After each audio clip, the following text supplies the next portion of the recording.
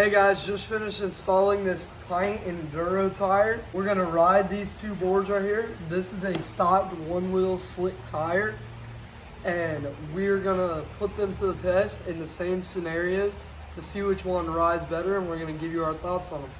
The first thing we're gonna do with these tires is we're gonna drop into this gravel pit right here. We'll climb up about a foot. This is what we call the uneven ground test. The importance of it is figuring out what board goes off and back on the driveway. I feel like I'm gonna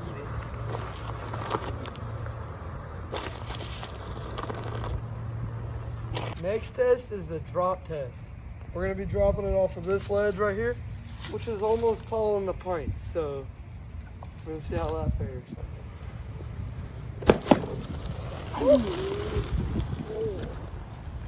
We're gonna hit a natural berm and see which one does better on that. Let's hit it.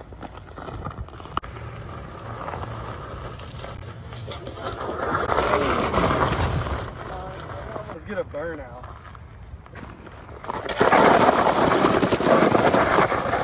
Woo! Dude, I smell burn rubber, bro. Let's get a rock slide. There it is. Next test is how good they can bonk.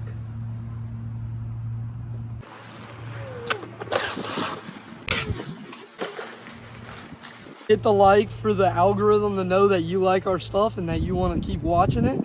Overall, my thoughts were that the Enduro tire was better. I like the Enduro more.